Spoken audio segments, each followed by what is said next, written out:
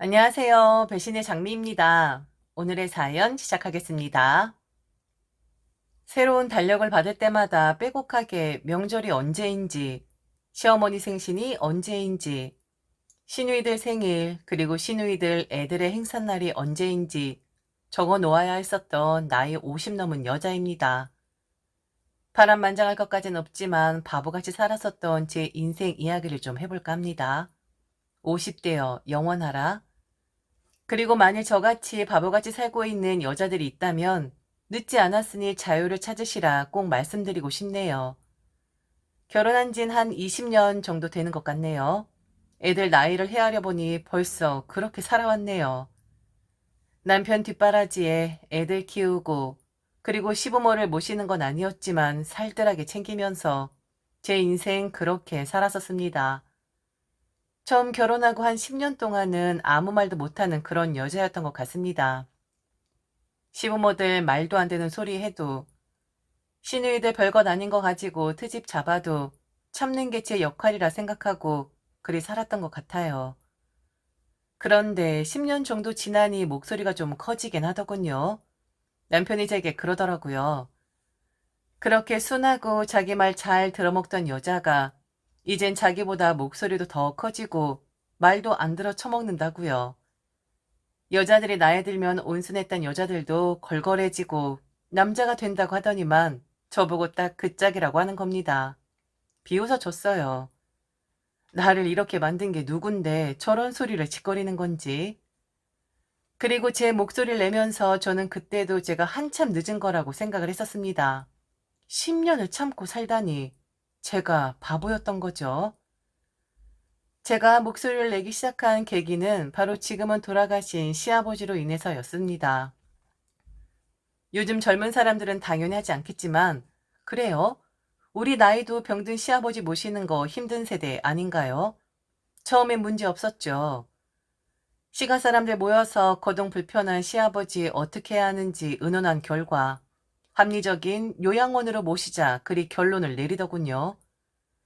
며느리였던 저는 말할 자격도 없었지만 그들의 결정이 옳은 것이라 생각을 했었어요. 그리고 그렇게 하자고 했던 사람이 바로 시어머니 당신이셨습니다. 두 분만이 사시는데 남편 거동 불편하면 본인이 다 챙겨야 하지 않냐고. 당신들 젊었을 때 시아버지로 인해 마음고생 심했던 거, 당신의 시어머니에게 죽도록 시집살이 하면서 살았던 거 이야기하면서 자식들에게 하소연하더군요. 자기가 살고 싶어 자기 남편 요양원 보내는 것이니 자기 뜻에 꺾지 말아달라고, 만일 자신을 욕할 거면 니들이 알아서 돌아가면서 모시라고 그리 말씀하셨던 분이었습니다. 그런데 한 달 정도 지났을까요? 아마 한 달도 안 되었을 겁니다. 갑자기 요양원 보낸 사람이 시어머니도 아니고 시가 사람들도 아니고 제가 되더군요. 제 눈치 보여서 시아버지 요양원 보낸 거였고, 시아버지 그렇게 한다 결론 지었을 때 제가 아무 말도 하지 않았기 때문에 그리 된 거라 하는 겁니다. 시어머니는 매일 눈물로 하루하루를 보낸다고 했고, 그런 시어머니를 보는 시누이들 또한 마음이 좋질 않았었는데, 결국 시어머니가 제게 화를 내면서 일이 터져버린 거였죠. 왜 말리지 않았냐고 하는데, 왜 네가 모시겠다 말을 하지 않아서 사람을 일이 속상하게 하냐고 하는데, 정말 할 말이 없대요. 미친 것들인 줄 알았어요. 네가 그때 말렸어야지. 내가 내 남편 요양원 보내고 싶었겠냐? 아무리 내 뜻이 그렇다고 해도 며느린 네가 말렸어야지. 네가 모시겠다고 했으면 네 아버지 요양원에 가서 그리 누워만 계시겠냐? 지금 상태 더 안 좋아졌다더라. 적어도 집에 있으면, 그리고 며느리 손이 보태져서 보살폈으면 그 정도는 안 되었을 텐데, 지금 간지 얼마 되지도 않았는데 상태 더 엉망이 되어 버렸다더라. 네가 그러고도 며느리니? 어떻게 네가 이럴 수가 있니? 간다고 해도 보낸다고 해도 네가 잡았어야지. 어떻게 그렇게 손을 놓고 있을 수가 있어? 내가 나 때 어떻게 했는지 이야기 안 했냐? 시아버지 똥수발에 시아버지 가시고 나니까 바로 시어머니 고집불통 시집살이 더 심해져서 죽도록 고생한 거, 그거 알면 네가 사람이면 좀 다르게 행동을 했어야 한 거 아니냐고. 맞아, 올케. 정말 실망했어. 우리 올케 이런 사람이었어? 그동안은 잘하는 척 했었던 거야? 사람이 어려울 때 선의를 베풀었어야 진정성이 있는 건데, 그동안 올케가 우리한테 보여준 건 다 가식이었던 거니? 어떻게 아버지를 요양원에 보낼 수가 있어? 올케 네가 사람이니? 네가 그러고도 우리 집안 며느리라고 할 수 있어? 야, 너 이런 여자랑 계속 살 거야? 만일 너 아프면 내다 버릴 여자다. 너 선택 잘해. 애들 어릴 때 얼른 너도 너 길 찾아보라고. 올케, 정말 무서운 여자다. 정말 무서운 여자야? 갑자기 제게 비난의 화살을 쏟아붓는 겁니다. 제가 모셨어야 한 건가요? 가신다고 해도 보내드린다고 해도 바짓가랑이 잡고 늘어졌어야 했던 거였나요? 지들이 알아서 회의하고 눈물 콧물 질질 짜면서 살고 싶다. 거동 불편한 남편이랑 못 산다 했으면서 지들 의논할 때 나는 그저 서 있기만 했는데 저런 짓을 하더군요. 그래서 시자는 영원히 시자라고 하는 건가 봅니다. 뭔가 비난의 대상이 필요했던 거겠죠. 그러니 만만한 척 붙잡고 제 탓을 했던 거겠죠. 상황 지켜보니 남편 또한 제 탓을 할 것 같더라고요. 분위기에 휩쓸려서 이혼한의 만에 말을 하는데 정신이 아득했습니다.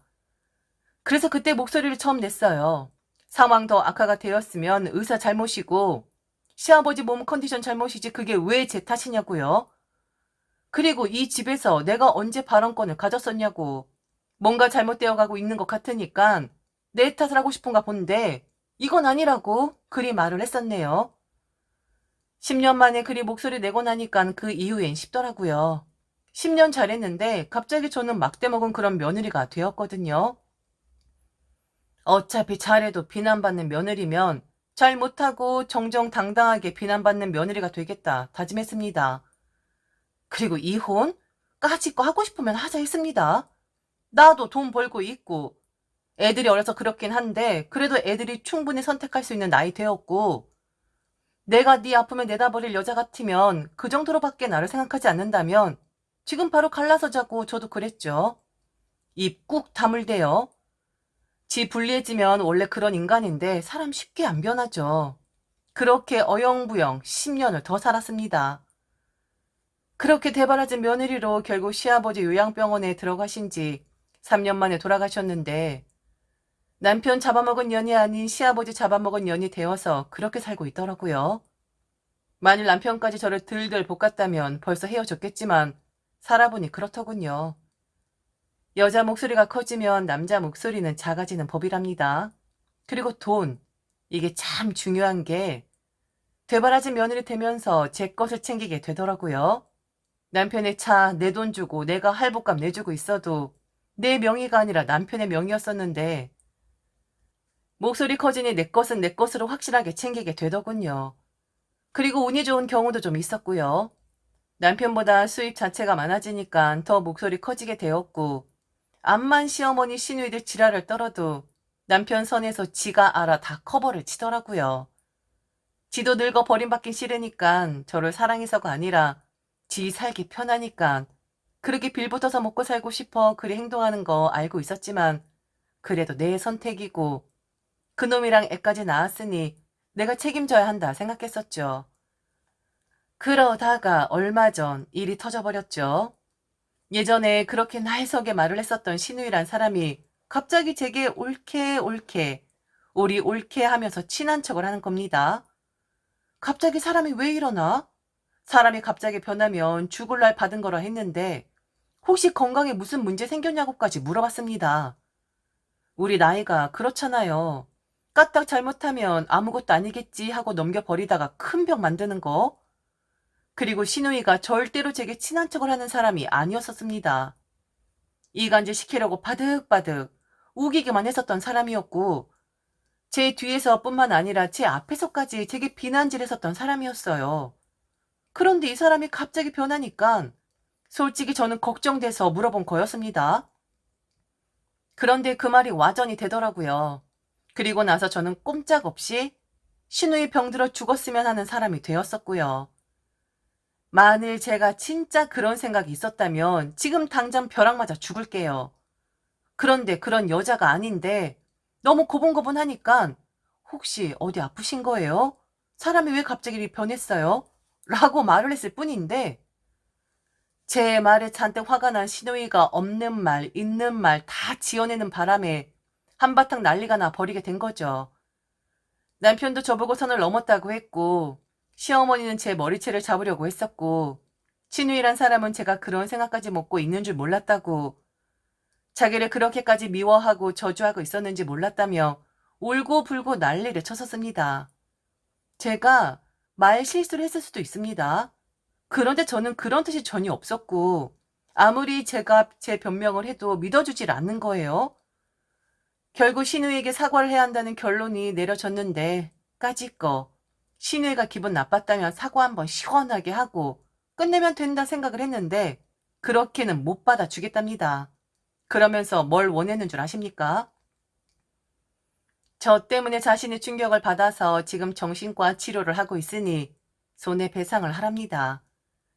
시누이뿐만 아니라 시어머니도 거들면서 제가 돈으로 보상을 해야 한다 하더군요. 돈을 주던지 아니면 가게 하나 정도를 차려주면서 자신이 받은 상처에 대해 보상을 하라고 그리 말을 하는 겁니다. 사과를 하려고 했었는데 화가 나더라고요. 하나 제대로 걸렸다 이거였겠죠. 사사건건 11조로 나오는 사람이었는데 말실수한 지 입을 확 꿰매버리고 싶더군요. 왜 내가 그런 말을 해서. 그런데요. 여러분, 저 말 한마디에 돈이 오가야 하고 가게까지 오가야 하는 거랍니까? 며느리로 살면서 성질 곱지 않은 시어머니나 신우에게 얼마나 안 입고 온 말들을 들었어야 했는데 달랑 저 말에 지 혼자 성질이 나고 화가 난다고 해서 사과도 보상도 하지 않겠다 전했고 결국 이 건은 가족 전체 회의로 발전이 되었답니다. 민주주의 집안이라고 하면서 어린애 어른 할 것 없이 죄다 모여서 이 건을 의논하자 하는데 어찌나 창피하던지 안 갔죠. 그랬더니 지들 식구 다 모여서 왜 제게 오질 않는 거냐고 전화를 해대는 겁니다. 받지 않으려고 했지만 그럼 피하는 것 같아 받았더니 지금 쫄려서 오지 않은 거냐고 얼른 오라고 재촉을 하길래 그 말 하나에 지금 돈을 달라고 하는 거예요? 아이고, 그럼 나는 당신들 전 재산을 빼앗아야 해. 내가 그런 뜻 아니라고 했죠. 지금 하나 걸렸다 하고 수쓰는 거잖아요. 그래도 나는 혹시나 와전이 돼서 서운했나 하고 좋게 생각을 했었는데 뭐? 돈으로 보상을 해? 가게 하나 내주면 용서를 해주겠다고? 내가 한 말 생각하지 말고 당신들이 지금까지 살면서 나한테 한 말을 생각해봐. 상처? 그 말이 상처가 된다고? 그럼 나는 이미 골마 터져서 죽어버렸을걸?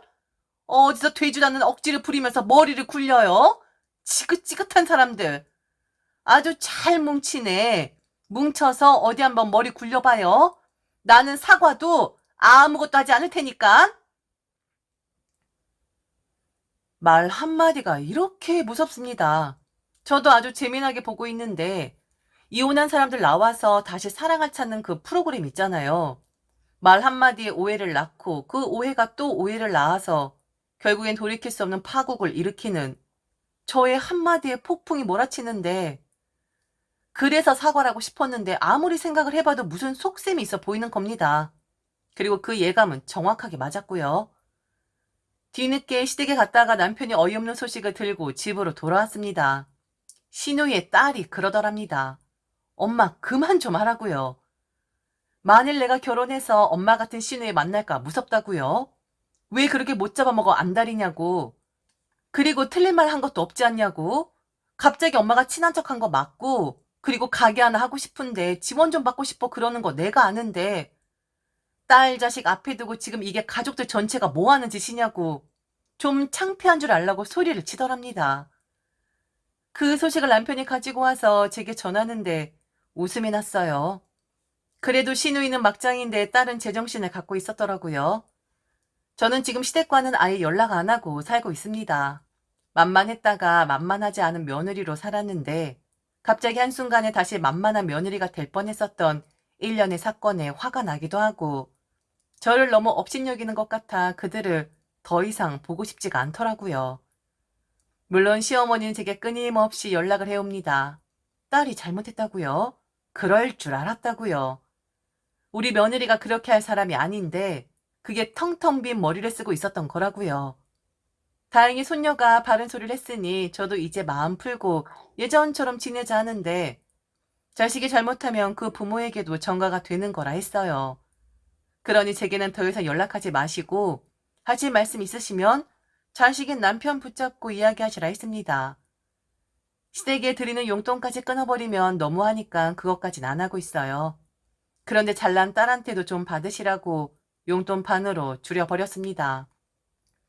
시누이도 몇 번 연락이 왔는데 그냥 일십했습니다. 읽을 필요가 없을 것 같아서 그냥 삭제했고 삭제함과 동시에 제 머릿속에서도 지워버렸답니다. 오래 살아도 며느리는 영원히 며느리예요. 참 어려운 자리고 순간적으로 확확 변할 수 있는 자리가 며느리 자리이지 싶습니다. 잠시 해프닝으로 끝나긴 했지만 이번이 확실하게 더 확고해졌네요. 시댁은 멀리하고 오직 나의 인생 그리고 나의 가족, 남편을 살짝만 끼워주고 만 생각하며 살 생각이랍니다. 지금까지 들어주셔서 진심으로 감사합니다. 이상 배신의 장미였습니다.